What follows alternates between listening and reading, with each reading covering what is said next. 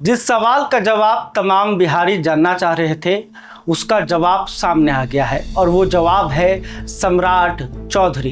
अब बिहार के नए मुख्यमंत्री होंगे सम्राट चौधरी और बस इसका ऐलान बाकी रह गया है, आधिकारिक घोषणा जो है बाकी रह गई है और उपेंद्र कुशवाहा ने इस बात को, इस खबर को कंफर्म कर दिया है। उपेंद्र कुशवाहा ने सोशल मीडिया पर पोस्ट करके सम्राट चौधरी को नई पारी के लिए शुभकामनाएं और बधाई दी है और इसके साथ ही तमाम नेता भी अब सम्राट चौधरी को बधाई दे रहे हैं। कार्यकर्ता, उनके समर्थक लड्डू बांट रहे हैं। लेकिन अब सवाल यह है कि सम्राट चौधरी इस मुकाम पर कैसे पहुंचे और सम्राट चौधरी के नाम पर बीजेपी कैसे सहमत हुई और एनडीए के जो तमाम घटक दल हैं वो कैसे सम्राट चौधरी को मुख्यमंत्री बनाने पर मान गए। तो देखिए इसकी पूरी कहानी क्या है हम आपको बताएंगे और पिछले 2-3 दिनों में मुख्य घटना क्या हुई इस बात को भी समझना होगा। तो देखिए सम्राट चौधरी बीजेपी में लगातार उनका कद बढ़ते रहा।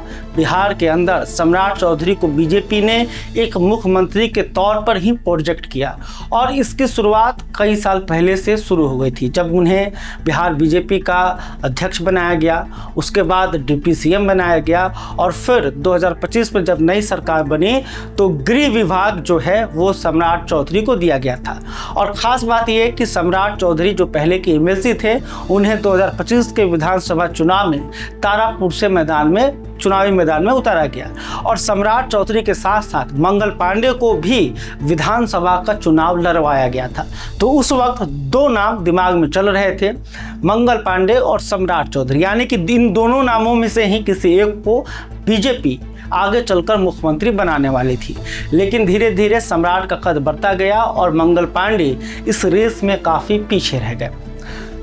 तो सम्राट चौधरी की चर्चा हो रही थी, लेकिन अंतिम समय में जिस तरह से सम्राट चौधरी का बीजेपी के अंदर विरोध हुआ और जिस तरह से बिहार बीजेपी के बड़े नेता और बीजेपी के आला कमान नहीं चाह रहे थे कि सम्राट चौधरी मुख्यमंत्री बने। देखिए कल रात को भीखू भाई दालसानिया जो हैं वो सम्राट चौधरी से मिलने के लिए उनके आवास पर पहुंचे। ये बड़ी बात थी क्योंकि भीखू भाई दालसानिया जो हैं वो बीजेपी संगठन के बड़े नेता हैं, पुराने नेता हैं, आरएसएस से उनका नाता रहा है।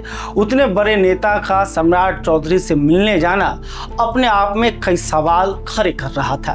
फिर अंदर से जो खबर आई वो चौंका देने वाली थी। कहा जा रहा था कि भीखू भाई दालसानिया अंतिम बार सम्राट चौधरी को मनाने गए थे कि सम्राट चौधरी खुद से अपना नाम पीछे कर लें क्योंकि बीजेपी और आलाकमान नहीं चाह रही थी कि सम्राट चौधरी मुख्यमंत्री बने।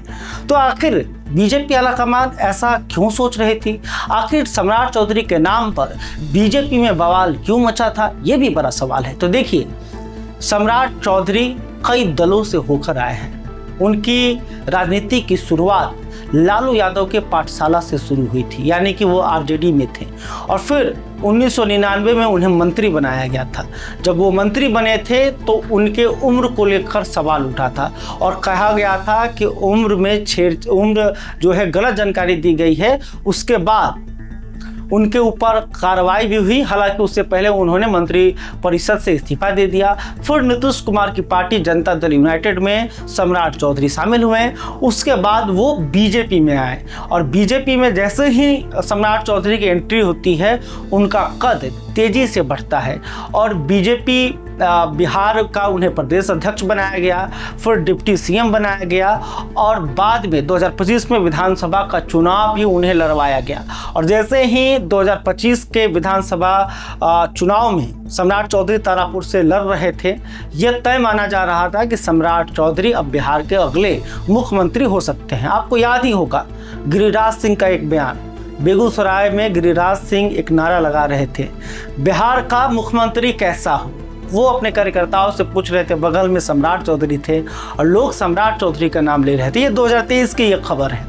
तो सोचिए इतने दिनों से बीजेपी के अंदर ये प्लानिंग चल रही थी कि सम्राट चौधरी को मुख्यमंत्री बनाया जाए, लेकिन उनका विरोध पिछले कुछ दिनों में इसलिए हो रहा था कि सम्राट चौधरी कई विवादों में भी उनका नाम आता है, जैसे कि उम्र को लेकर, नाम बदलने को लेकर उनकी शैक्षणिक योग्यता पर सवाल उठता है। इसके अलावा बीच बीच में हत्या का आरोप भी सम्राट चौधरी के ऊपर लगाया जाता है।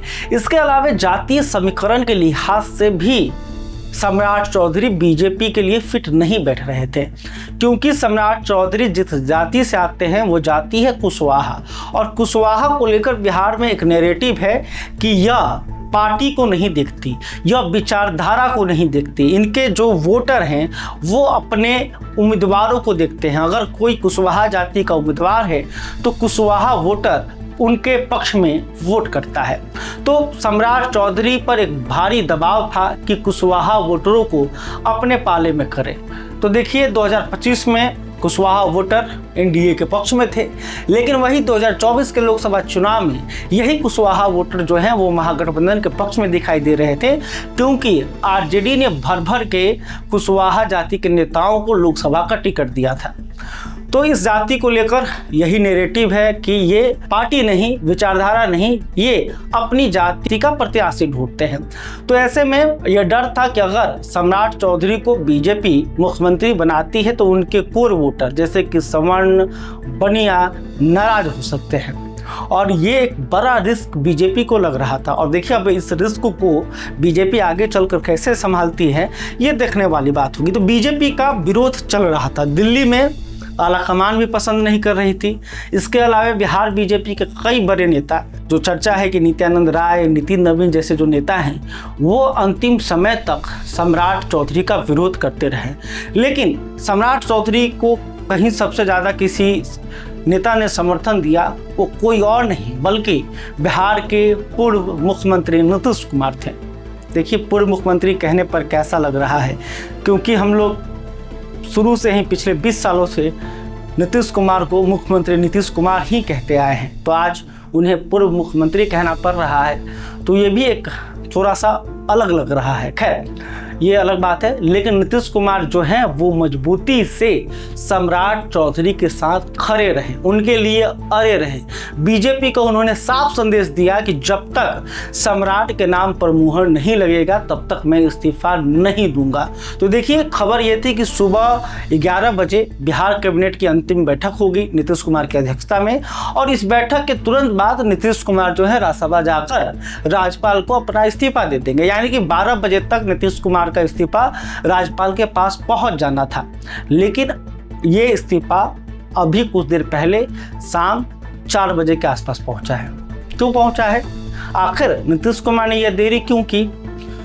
तो उसके पीछे की यही कहानी थी कि बीजेपी के तरफ से जब तक कंफर्म नहीं किया गया और खुद सम्राट चौधरी नीतीश कुमार से मिलने के लिए उनके आवास पर पहुंचे, उन्होंने नीतीश कुमार को यह बताया कि हाँ हमारे नाम पर मुहर लग गई है, और उन्होंने आश्वासन दिया नीतीश कुमार को, तब जाकर नीतीश कुमार ने राज्यपाल को इस्तीफा सौंपा है।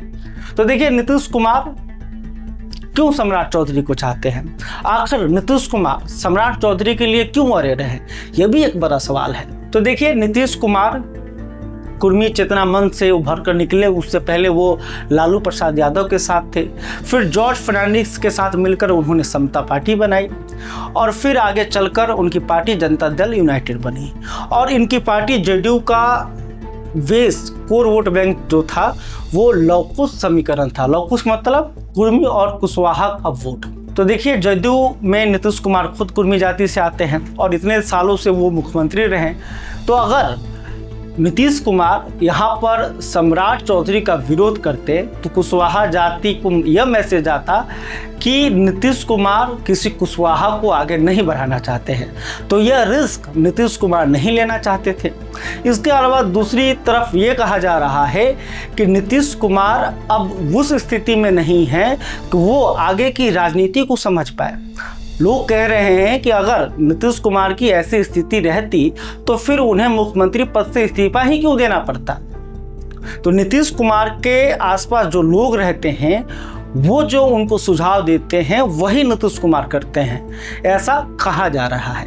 तो देखिए उनके आसपास के लोग यानी कि विजय चौधरी, ललन सिंह, अशोक चौधरी, संजय झा, तो इनके आसपास के लोगों ने नीतीश कुमार को सुझाव दिया सम्राट चौधरी जो हैं वो मुख्यमंत्री के तौर पर एनडीए के लिए और जनता दल यूनाइटेड के लिए अच्छे रहेंगे, क्योंकि इन नेताओं को पता था कि अगर बीजेपी से कोई नया चेहरा आता है तो फिर उनको परेशानी होगी, क्योंकि इनका और सम्राट चौधरी का कोऑर्डिनेशन पहले से बना हुआ है, एक दूसरे के साथ ये काम करते आ रहे हैं। अगर कोई नया चेहरा आता तो जदयू के इन दिग्गज नेताओं को फिर दिक्कत हो जाती। तो इनके कहने पर हो सके तो नीतीश कुमार ने सम्राट चौधरी का साथ दिया हो। देखिए, अगर नीतीश कुमार ने सम्राट चौधरी का साथ नहीं दिया होता तो ये कंफर्म मानिए कि बीजेपी का जो ट्रैक रिकॉर्ड रहा है कि वो हर बार चौंकाने वाला नाम सामने ला देती है। ऐसा नाम जिसकी चर्चा कहीं नहीं होती, वो चेहरा अचानक से सामने आता है और बीजेपी उन्हें मुख्यमंत्री बना देती है। कई राज्यों में हमने ऐसा होते हुए देखा है, लेकिन वो जो ट्रैक रिकॉर्ड है वो बीजेपी ने बिहार में नहीं दिखाया, बल्कि बिहार में जो नाम पहले से चल रहा था उसी नाम पर मुहर लग गई है। तो ये थी सम्राट चौधरी की कहानी कि आखिर वो कैसे पिछले कुछ दिनों में बिहार के मुख्यमंत्री बने और ये दौर, ये समय कैसे उठापटक चला, किस तरह से रस्साकस्सी हुई और फिर सम्राट चौधरी जो हैं इस मुकाम पर पहुंचे। बहुत बहुत धन्यवाद। वीडियो पसंद आए तो इसे लाइक और ज्यादा से ज्यादा शेयर करें। हमारे चैनल को सब्सक्राइब करना न भूलें ताकि आपको हर जरूरी खबर सबसे पहले मिल सके। अगर आप किसी खास विषय या मुद्दे पर वीडियो देखना चाहते हैं तो कमेंट करके जरूर बताएं। आपकी राय हमारे लिए बेहद अहम है।